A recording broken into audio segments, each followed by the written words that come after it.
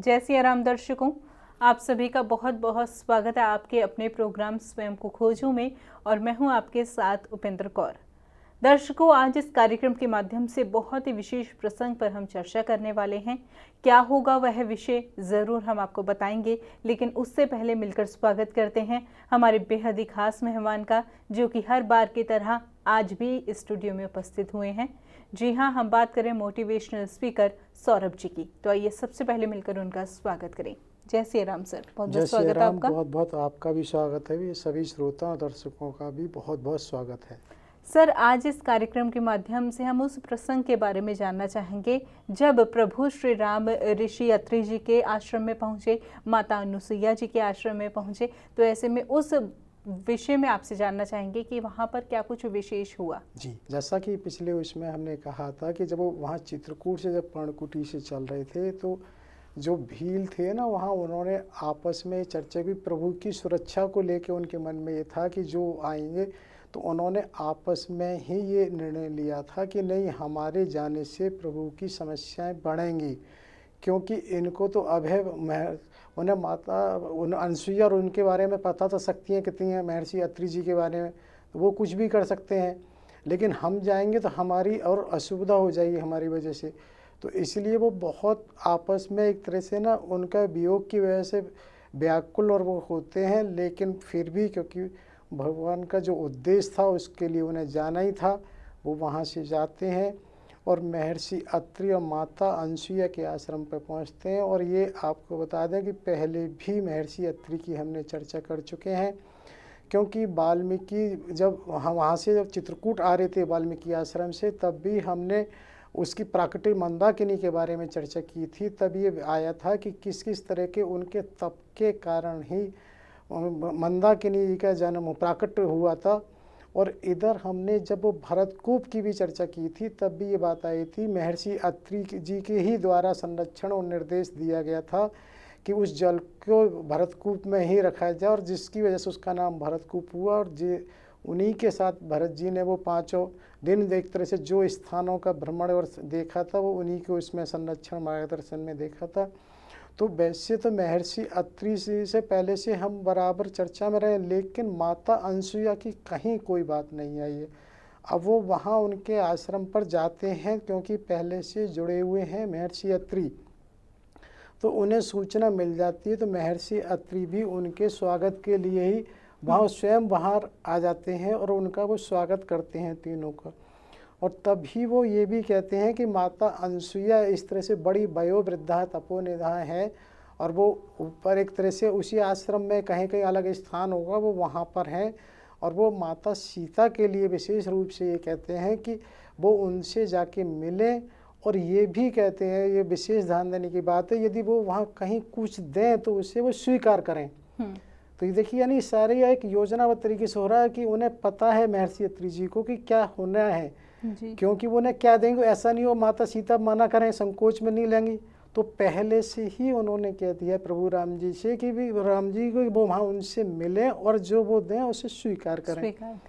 तो माता अनुसुईया इतनी तपोनिष्ठा थी, तपोलीना थी कि तप में ही लीन रहती थी, कि जिनकी होता क्या, हमने महर्षि अत्रि की समाधि के बारे में तो चर्चा की रही थी, जिनकी वजह से जब उन्होंने एक लंबे समय के बाद वो समाधि से उठे जल मांगा था, जिसकी वजह से वो उन मंदाकिनी जी का प्राकट्य हुआ था। लेकिन अभी हमने माता अनुसुईया की नहीं कहीं कोई चर्चा की है। माता अनुसुईया कितनी तपोनिष्ठा है, इसके बहुत से उदाहरण आते हैं, लेकिन कुछ 1-2 प्रसंग ले लेते हैं। सिर्फ कहते हैं कि उनकी सखी थी कोई, जिसको मार्कंड ऋषि ने विधवा होने का श्राप दे दिया था। तो उन्होंने जब सखी उनसे मिलती है, तो ये बात आती है कि उन्होंने अपने तपोबल से सूर्य को ही नहीं निकलने दिया, जिसकी वजह से देवताओं को मजबूर उनके सामने प्रकट होना पड़ा और उनको दिया हुआ श्राप वापस लेना पड़ा। तो उनके अंदर ये क्षमता देखिए कि बताइए कि किसी भी चीज़ को कितनी बड़ी वो तपोनिष्ठा थी, कि जो एक सूर्य को रोकना। और ऐसा मुझे लगता है कि तप की शक्ति का अंदाज़ा लगाने की बात है।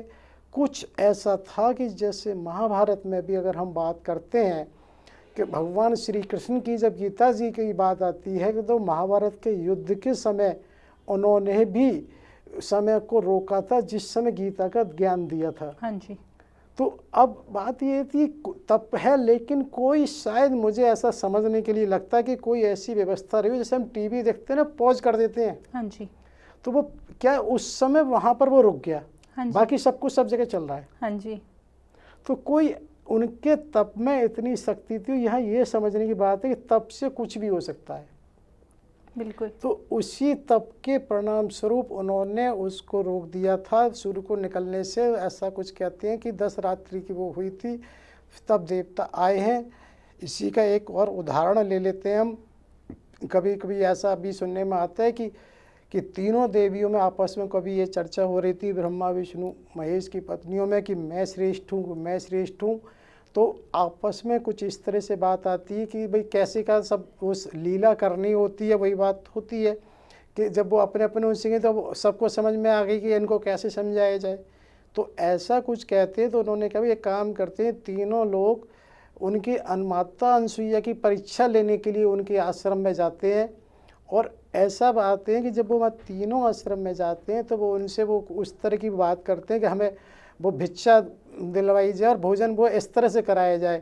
तो वो अपने तपोबल से उनको तीनों को शिष्यों रूप में कर लेती हैं। और उस तपोबल के कारण ही ऐसा कुछ कहते हैं, जब समय बीत जाता है, एक बार वो तीनों देवियाँ आती हैं, तब वो कहती हैं जो इसकी उसे, तो उन्हें एहसास ये होता है कि वाकई में माता अनसुईया के तप में कितनी शक्ति है, जिसके कारण वो ब्रह्मा विष्णु महेश जो परम देवता है उनको भी शिशु रूप में परिवर्तित कर सकती हैं। तो यहाँ हमें जो बताने का ये सिर्फ कारण था, ये था कि माता अनसुईया भी कितनी तपोनिष्ठा हैं। और हमारे यहाँ जो कुछ भी जब भी कुछ हुआ है तप से ही होता है। तो होता क्या है कि उन तप लीना उनके पास जाती है तो उनके पास कुछ ऐसे वस्त्र और आभूषण और आभरण और अंगराग हैं कि वो माता सीता को देती हैं। क्या है कि जिसके पास जो है वो उसे किसी न किसी को तो देना पड़ेगा। बिल्कुल। तो मेरे हिसाब से हर व्यक्ति जो जिसके पास है वो उसके लिए बेहतर उत्तराधिकारी ढूंढता है कि उसे किसको दे, क्योंकि वो ये मानता है जो कुछ उसके पास आया है वो कहीं से आया है और जो कुछ आया है वो किसी और के लिए भी होगा। तो यहाँ ये बताने का आशय ये था कि जब वो वहाँ माता से मिलती हैं तो हालांकि ये बताते हैं कि बिल्कुल उनका जो शरीर है इतना वृद्ध है कि उनके सारे वस्त्र सारी काया बिल्कुल श्वेत हो गई। कहते हैं ना कि आँखों के भी बाल भी जो एक तरह से उनकी इस तरह से होते हैं, बिल्कुल सफ़ेद हिम उसमें आता है कि इस तरह से हैं। तो माता सीता उनसे जब मिलती हैं, चरणवंदन करती हैं, तो वहाँ पर जब उनसे वो मिलती हैं तो वो पहले उनसे उस तरह से उनका तो भाव ये रहता है ना, चर्चा हरी। तो वो माता सीता की जन्म से लेकर सारी कहानी उनसे सुनती हैं और उसको वो संक्षिप्त में इस तरह से सारी चीज़ कहती हैं, कैसे कैसे वो भूमि से पैदा हुई, कैसे स्वयंवर हुआ, कहाँ से क्या हुआ, उसकी सारी चर्चा वो माता अनसुईया से सीता जी करती हैं। और यहाँ पर ये भी है कि वो क्या करती हैं, उन्हें वस्त्र पहनाती हैं और ये बताती हैं कि जो वस्त्र हैं वो इस तरह के हैं कि कभी मैले नहीं होते। तो हमें लगता भी कैसे ये संभव हो सकता है, लेकिन हो सकता है थोड़ा सा हम अगर समझना चाहें तो इसको ऐसे समझ लें कि जैसे अभी सुनीता विलियम्स हैं कि वो स्पेस में इतने दिन रह के आई, तो ऐसा तो नहीं बहुत सारे वस्त्र ले गई थी। बिल्कुल। तो कहीं ना कहीं उनके विशेष रूप से तैयार किए हुए वस्त्र हो सकते हैं। तो उसी तरह से हो सकता है उस समय भी कुछ इस तरह का रहता हो कि जो विशेष वस्त्र तैयार किए गए हों। तो वो उन्होंने ऐसा भी प्रकरण आता है कि स्वयं ही उनको साड़ी धारण कराई है और आवरण ये कि कुछ इस तरह के भी वो हैं आभूषण जिससे कि वो भी कभी मैले नहीं होते हैं, बल्कि उनको पहनने के बाद कहीं ऐसा आता है सर मतलब थकान और वो कभी क्षुधा भूख नहीं लगती, क्षुधा वो नहीं होती है। तो इस तरह की बात जब आती है और इधर वो अंगराग का भी ये बताया जाता है कि जो इस तरह का लेप है कि एक बार जो व्यक्ति लेप उसे लगा लेगा पूरे जीवन भर उसकी खुशबू रहती है। तो ये बताने का आशय था कि हम ऐसा सोचते हैं आज बहुत सारी चीज़ें विकसित हो गई हैं। बिल्कुल ऐसा नहीं है, हमेशा थी हैं और रहेंगी आगे भी। अब किसको क्या सुलभ है ये वाली बात है कि वहाँ इस तरह से हैं। तो वो माता सीता को बाकायदा पूरे ज्ञान की बात भी करती हैं कि भाई किस किस तरह से पति को क्या करना चाहिए और वो बताती हैं है। वो ये भी कहती हैं कि भाई आप, उनको ये कहती हैं वो किस तरह से उसको, पत्नी को कितने भी सुख कहीं से मिल जाए लेकिन पति के बराबर सुख कहीं से नहीं मिल सकता, जो कि उनका कहना है पिता हो, भाई हो, पुत्र हो, सबकी सीमा है, लेकिन जो सुख पति से मिल सकता है वो कहीं से नहीं मिल सकता। संभवतः उनका जो आशय है, मुझे लगता है इससे होगा कि जो सौभाग्य सूचक हैं वो किसी और से नहीं मिल सकते। आप श्रृंगार या वो करते हैं तो ये माना जाता है वो केवल पति होने के कारण ही तो है। बिल्कुल। तो यहाँ वो ये समझाते हैं पति सेवा ही परम धर्म है। परम धर्म है। तो उसको ये समझाने का उनका ये आशय होता है कि भाई ये देखिए, इधर वो बराबर ये बताना चाहती हैं कि भाई किसी भी स्थिति में, वैसे वो ये भी ज्ञान देती है कि पूरे ब्रह्मांड में पुरुष एक ही है, बाकी सब तो स्त्रियाँ, यानी कि ये माना जाता है कि जो वास्तव में पौरुष है वो तो ईश्वर है, बाकी सब तो किसी न किसी रूप से उनको ही प्राप्त करने के लिए स्त्रियां हैं, गोपियां हैं, जो उनको प्राप्त करने की ही कामना करती हैं। माता अनसुईया और माता सीता को समझा रही होती हैं तो उसमें वो हर तरह की वो शिक्षा दे रही होती हैं। उसमें वो कहती हैं धीरज धर्म मित्र और नारी आपदकाल परखियों चारी। तो उनका ये कहना होता है भी धीरज क्या होता है कि हर आदमी को लगता है मैं तो पेशेंस है, लेकिन जब ही तो हमें होता है उसकी प्रतिकूल परिस्थितियों में। और धर्म, हर आदमी कहता है हम धर्म का मतलब है जैसे कि हम गरीब हैं और हम तब हमारी किसी क्या धन लेने की इच्छा ना हो, किसी को इस तरह की इच्छा ना हो, हैं। ऐसे मित्र हैं हम, वैसे तो मित्रता साथ में खेल कूद करने के लिए खूब निभाते हैं, लेकिन जब किसी की आवश्यकता तो हम क्या कर सकते हैं। तो इसी तरह वो नारी की बात भी करती हैं कि नारी की परीक्षा एक तरह से वो ये कहना चाहती हैं अब तुम वन में हो तो ये मत सोचो क्या तुम्हारे पास नहीं है। तो यहाँ भी एक परीक्षा है कि हमें हर स्थिति में अपने पति के ही अनुकूल रहना चाहिए। तो यहाँ वो बराबर इसकी भी चर्चा करती है कि भाई किस तरह से वो जो हैं उनकी जो बड़ी बहन है, जो उनकी जो कुलगुरु महर्षि वशिष्ठ हैं, जो उनकी पत्नी है अरुंधति, वो माता अनसुईया की ही बहन है। अच्छा। क्या है कि ये कर्दम ऋषि की 9 पुत्रियां हैं। इन्हीं के भाई कपिल हैं, जिनको भगवान कपिल भी माना जाता है, जिसकी वजह से है। तो ये महर्षि कर्दम की, क्योंकि महर्षि कर्दम अपने आप में ऐसे ऋषि हैं तो स्वाभाविक, और सबको वो बड़े उससे तपस्वी। और क्या है कि जो दुर्वासा ऋषि हैं वो इनके पुत्र हैं। इधर ये बताया जाता है शशि हैं वो इनके पुत्र हैं। तो वो ये कहती भी हैं कि दुर्वासा और इनके पुत्र एक और हैं, वो तो उस तरह से एक तरह से संन्यास वेश में, तो उनको तो इन सब की आवश्यकता है नहीं। और जो पुत्र शशि है वो अपना अलग से वहाँ रहता है देवकुल में, तो उसे भी नहीं है। तो जो कुछ उनके पास है वो उन्हें देना चाहती हैं, देती हैं। और उनसे वो इस बात को ये कहती हैं कि तुम इसे स्वीकार कर लो, क्योंकि मेरे ये तप से अर्जित की हुई चीज़ें, भले मैंने नहीं चाहा लेकिन उस ब्रह्मा ने जब मुझे दिया है तो वो तुम इसे स्वीकार कर लो। क्योंकि यहाँ ये चीज़ें कि भविष्य में किसकी आवश्यकता होगी, ये सब चीज़ें एक श्रृंखला से जुड़ी हुई हैं। क्या है कि जब महर्षि विश्वामित्र के पास भगवान राम और लक्ष्मण जाते हैं तो तब उन्हें वो बहुत सारे दिव्यास्त्र और बला और अतबला नाम की विद्या भी वो देते हैं, जिसमें जब उस समय आता है कि उस विद्या में ये था कि भी आपको भूख और वो नहीं लगेगी, और एक जब आप सो रहे होंगे तो कहीं ऐसा नहीं होगा आक्रमण आपके ऊपर हो सके। तो ये कि अब माता सीता के बात है, क्योंकि सीता भी साथ में जा रही हैं तो उनको भी इस तरह की चीज़ें माता अनसुईया से मिल रही हैं जिसकी भविष्य में आवश्यकता होनी है। तो चीज़ें इस तरह से कि सब चीज़ें बिल्कुल ये देखिए कैसे कैसे समय के साथ घटित हो रही होती हैं। तो वो वहाँ से माता अनसुईया, क्योंकि उन्होंने ये पहले से ही कह दिया था प्रभु राम ने कि जो माता दें अस्वीकार मत करना, तो फिर अस्वीकार की तो बात थी नहीं। उन्हें वो लेके जब आती हैं तो वो थोड़ा सा वो महसूस करती हैं एक तरह से कि ऐसे श्रृंगार में है, लेकिन प्रभु राम ने उन्हें देखा, वो भी प्रभावित होते हैं, खुश होते हैं, और फिर इस तरह से वो आगे की यात्रा शुरू करते हैं। अब यहाँ ये बात आती है कि जब वो आगे की यात्रा शुरू करते हैं तो वो खुद ही ऐसे वन में जाना शुरू करते हैं कि वो इतना वैसे वन बताए जाते हैं कि जहाँ पर धीरे धीरे सारी संपदाएं वन की तो बहुत हैं लेकिन जीव नहीं है, कोई पशु पक्षी। क्यों कि नहीं है? क्योंकि ऐसा माना जाता है कि जो पशु और पक्षी, वहाँ जो विराट नाम का जो राक्षस था वो उस किसी को नहीं रहने देता था।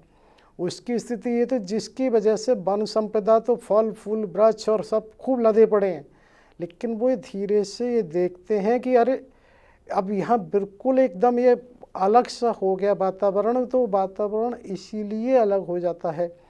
यहाँ पे ये चीज़ और एक महत्वपूर्ण होती है कि प्राय हमेशा से एक चीज़ देखिए आप, जब भी कभी हुआ है कि आप देखिए ऋषियों के आश्रम पर धार्मिक स्थानों पर ही क्यों होता है हमला, वो ऋषि मुनियों पर ही क्यों करते हैं। हाँ जी। और आप ये देखिए वर्तमान में हम इतिहास अगर भारत के उठाएं, मंदिरों पे क्यों हुआ, आखिर क्यों, तो उसकी एक वजह है। क्या पूछा? उसकी वजह क्या होता है, वो कहते हैं कि सोर्स ऑफ एनर्जी को डिस्ट्रॉय कर दो। राइट। अगर आपका लाइट हाउस डिस्ट्रॉय कर दिया तो आपकी लाइट अपने आप 100 मीटर चली जाएगी। बजाय हम पर्टिकुलर एक घर की लाइट को खराब करें, लाइट हाउस खराब करो। राइट। तो उसका पीछे कारण यही पहले भी होता रहता था, और उनका उनसे व्यक्तिगत कोई वो नहीं है, लेकिन जितने छोटे बड़े लाइट हाउस हैं इनको अगर हम वो कर देंगे तो ये धर्म इनका अपने आप ही कमज़ोर हो जाएगा और हम ताकतवर हो जाएंगे। क्या होता है कि आप देखिए ना कि एक कमज़ोर होगा दूसरा ताकतवर होगा।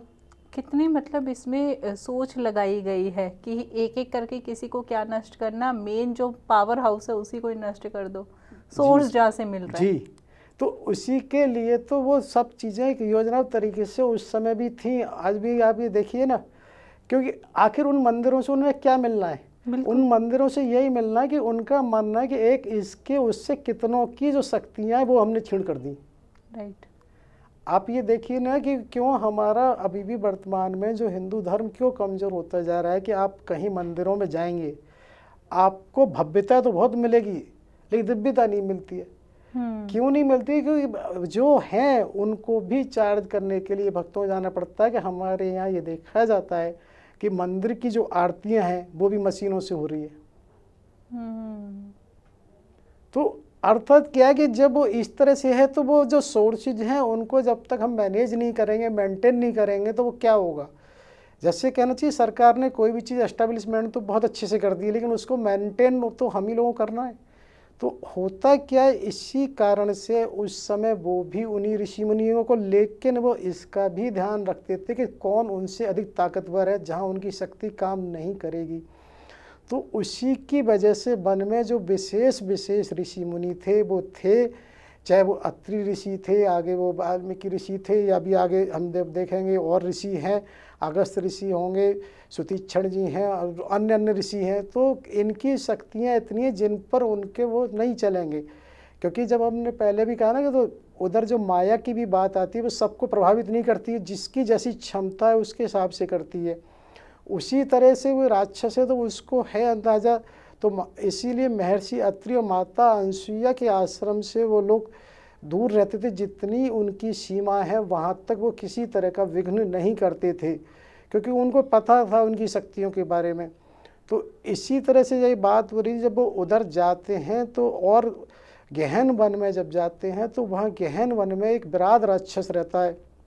वो इतना बड़ा विशाल है कि ऐसा भी कुछ आता है कि जो उसके कंधे पे एक त्रिशूल सा था, जिसके बारे में ये था उसमें भैंसें, सींग और भेड़िया और बहुत सारे पशुओं को वो ऐसे पो लेता था जैसे हम सुई में कोई चीज़ पो लेते ना, कि जैसे अगर कल को आप ये कहें सब्जी में टमाटर वगैरह छोटी चीज़ एक बड़ी सी सुई में हम जैसे पो लेते हैं, तो वो इस तरह से उनको वो कर लेता, जो मिला उसने लिया, इसको ऐसे ऐसे। तो वो इतना बृहद था कि जिसके बारे में सोच भी नहीं है। तो उसी की वजह से वो पूरा जो वन था एक तरह से सुनसान था, वहाँ ना कोई पशु ना पक्षी, वन संपदा प्राय वो रहती थी, जिसकी वजह से वो उसमें जब प्रवेश करते हैं तो वो वहाँ एकाएक उन्हें लगा कि कोई झड़झड़ाहट किसी आवाज़ आ रही है, जैसे उसकी चलने की, जब वो चलता है तो उसकी आवाज़ वहाँ आती है। सर बहुत ही विशेष जानकारी आप हमें प्रदान करें, लेकिन उससे पहले ना मेरे मन में एक प्रश्न आया, वो मैं आपसे करना चाहूँगी। जैसे माता अनुसुईया जी ने माता सीता जी को गृहस्थ जीवन के बारे में इतनी विशेष जानकारी दी है, बहुत विशेष बातें उन्हें समझाई, ऐसे में आज के परिप्रेक्ष्य में जो नारी है उनके लिए आप कुछ कहना चाहेंगे? आप इसको ऐसे देखो कि जब वो माता अनुसुईया उनको माता सीता को कह रही होती हैं तो वो इस बात को भी कहती हैं, यही सेम सीख मुझे मेरी माता ने विवाह के समय दी थी। जब मैं ससुराल में आके वनगमन आ रही थी तो मेरी सासू माँ ने भी मुझे दी और आपने भी उसको पुनरावृत्ति कर दी। तो यहाँ ये देखिए कि उस सीख को बराबर दिया जा रहा है, यानी कि एक तरह से प्रशिक्षण। बिल्कुल। और इसको हम एक बार थोड़ा सा ऐसे समझते हैं कि जैसे आप 5 करोड़ की गाड़ी खरीद के दे दें किसी को, लेकिन अगर आपने ट्रेनिंग नहीं दी है, कहीं कुछ उसको ट्रेनिंग नहीं कराई है, तो क्या आप ये निश्चित कह सकते हैं कि उससे कोई दुर्घटना नहीं होगी? बिल्कुल। तो आप ये मान के चलिए, चाहे आपको वो गाड़ी तो छोटी हो या बड़ी हो, हर हालत में ट्रेनिंग आवश्यक है। इसी तरह से आज वर्तमान में क्या हो रहा है कि हम शिक्षा तो दे रहे हैं, जी। लेकिन शिक्षा के साथ में परिवार कैसे चलना है, परिवार बात की कैसे शिक्षा चलाना नहीं है, है। उसकी कोई शिक्षा नहीं है। बिल्कुल। और जब जिसकी हमारे पास प्रशिक्षण ही नहीं है, तो उसकी संभावना तो दुर्घटना की है ही है ही है। तभी भाई, शायद यही कारण है कि परिवार गाँव आजकल में नहीं। क्योंकि उसका उन्हें पता ही नहीं है ना कि कैसे चलना है, कैसे बिल्कुल। चलाना है। भाई आप एक बात देखिए, कोई भी व्यक्ति वाहन को कितने समय चलाता है? 2 घंटे 4 घंटे। जिस गृहस्थी को वो यही मायने में जो परिवार है वो रात में भी चलता है, दिन में भी चलता है। वो कैसे? आजीवन चलता है। आजीवन चलता है। ऐसे कि आपको रात में भी दिमाग में कि सुबह किसका ब्रेकफास्ट में क्या बनना है, सब चीज़ें वो बिल्कुल। सब चल रहा होता है। सब कुछ चलता है। अगर नहीं चल रहा है तो फिर आप समझो परिवार नहीं चलेगा। बिल्कुल। आपको जब तक एक एक सदस्य की जानकारी नहीं है किसकी क्या आवश्यकता है, सही मायने में माता जो पहले हुआ करती थी, हर क्षण अपने को ख़त्म करके परिवार को बनाया करती थी। परिवार के हर सदस्य का उन्हें विधिवत ध्यान था कब किसको किस चीज़ की आवश्यकता है। सर यहाँ पर एक बात यह भी आ जाती है, एक तो आपने बहुत अच्छी बात कही कि ज्ञान नहीं देता। एजुकेशनल नॉलेज वैसे तो हमें हर सब्जेक्ट की है, लेकिन गृहस्थ जीवन को कैसे चलाना है उसकी जानकारी कोई नहीं देता। और एक बात यह भी आ जाती है कि आज के समय में जो है ना, मैं की भावना बहुत आ जाती है। ज़्यादातर हम महिलाओं में आजकल यह भी रहता है कि हम ही क्यों करें। इक्वालिटी की बात की जाती है, जो कि होनी भी सही है, इक्वालिटी होनी भी चाहिए, लेकिन एक यह भी है कि जहाँ तक मेरा मानना है कि भगवान ने ना स्त्रियों को बहुत ही अलग तरीके से बनाया। जितनी सहन शक्ति, जितनी शक्ति स्त्रियों के अंदर है, उतनी पुरुषों के अंदर नहीं है। ऐसा है, इसको एक बात समझो। एक फिजिशियन डॉक्टर होता है, एक सर्जन होता है। हाँ जी। तो क्या फिजिशियन से आप ऑपरेशन कराना चाहोगे? बिल्कुल नहीं। क्यों? क्योंकि वो विशेषता जो सर्जन के पास है वो फिजिशियन के पास नहीं है। तो इसीलिए वास्तव में जो महिला को शक्ति है, 9 देवियों की शक्ति थी नहीं है। हाँ जी। होता क्या है, आपने उसकी कौन सी शक्ति को उजागर किया है? हाँ जी। अभी क्या था कि आपने जो उसकी सहन शक्ति थी, जो एडजस्टमेंट की शक्ति थी, वो सबको त्याग शक्ति थी, सेवा की शक्ति थी, उस सबको समाप्त कर दिया नहीं है, लेकिन ढक दिया है। केवल और केवल अभी आपने उसको सबला बनाने पे जोर दिया है, केवल एक शक्ति पे जोर दिया है। कोई भी परिवार महिला के पैसे से नहीं चलेगा, महिला के त्याग और सेवा की भावना से चलेगा। राइट। ऐसा मना नहीं है कि उसे शिक्षित नहीं होना चाहिए या उसे सेवा, वो ठीक है, परिवार की सबकी आवश्यकताएं अलग हो सकती हैं, ये नहीं कहा जा सकता, लेकिन उसके साथ साथ ये बहुत आवश्यक है कि उसको परिवार की पूरी तरह से प्रशिक्षण भी मिलना चाहिए, कहाँ कैसे चलेगा। तभी कहते भी हैं कि एक परिवार को एकजुट जो रखती है वो एक महिला ही रखती है। वो इसलिए ना हर समय अपनी सेवा और त्याग, उसे पता है कि उसको खाने में क्या चाहिए, उसे अपना तो न पहनने का पता, न खाने का पता, न किसी चीज़ का पता। वो हर समय वो सेवा और त्याग थी, जिसकी वजह से हम बायोडाटा में होम मेकर लिखते तो अक्सर न देखते हैं, लेकिन समझते नहीं है होता क्या है, होता क्या है। तो यहाँ ये बताने का सिर्फ ये कि देखिए, बराबर जब तक माता अंशी और सबने उनको ज्ञान दिया है, माता सीता, जबकि माता सीता अपने आप में एक आदि शक्ति हैं। हाँ जी। फिर भी क्योंकि यहाँ एक चीज़ और बहुत थोड़ी सी मैं कहना चाहता हूँ जो बहुत महत्वपूर्ण है, वो ये है कि पुरुष और महिला में जो परिवर्तन आप ये देखते हैं कि एक उसमें प्रकृति की दी हुई चीज़ एक इस तरह से है कि वहाँ जो रजोनिवृत्ति है वो केवल महिला की होती है और किसी उसमें नहीं है पुरुष में। तो उसकी बहुत सारी विलक्षणताएं वो नैसर्गिक हैं, प्राकृतिक हैं, तो जिसकी वजह से ये उम्मीद की जाती है जो महिला कर सकती है पुरुष कभी नहीं कर सकता। महिला ने ही पुरुष को जन्म दिया है। तो इसी तरह से ऐसा नहीं है, लेकिन हुआ क्या है कि आज हमने उसको ऐसा मान लिया है कि आप ये मान लो एक तरह से पूज्या को भोग्या तो बनाना आसान, लेकिन भोग्या को पूज्या नहीं बनाया जा सकता। जबकि महिला हमेशा पूजनीय थी, है और रहेगी। जब तक उसका स्थान पूज्या का नहीं रहेगा तब तक नहीं रहेगा। और इसीलिए परिवार चलाने के लिए सारी शिक्षा के साथ साथ इसका प्रशिक्षण बहुत आवश्यक है। जब तक ये नहीं होगा परिवार संतुलित रहने की संभावना नहीं है, क्योंकि इसको एक उदाहरण गाड़ी से जैसे दिया है कि गाड़ी महंगी सस्ती खरीदी जा सकती है, लेकिन बिना प्रशिक्षण के दोनों ही बेकार हैं। तो यहाँ ये बात इसलिए कही गई। तो आपने कहा अब हम अपने मूल विषय पे आते हैं, जो वहाँ राक्षस की हम बात कर रहे थे। क्योंकि जैसे ही जब वो उधर गहन वन में जाते हैं तो जैसे सरसराहट होती है तो एकाएक वो देखते हैं कि वहाँ से एक राक्षस प्रकट होता है और उसने एक तरह से माता सीता पर एक तरह से हमला करें, उसने हाथ में उसे उठा लिया है और उनका जो आशय होता है वो कहता है वो मेरे लिए हमेशा रंधन करी, मतलब एक तरह से वो मांस पकाने के लिए बात करते हैं कि भाई क्योंकि वो तो राक्षस है, उसे तो मांस प्रेमी है, तो वो इसका विशेष करते हैं भाई ये तो मेरे लिए मांस रंधन करेगी।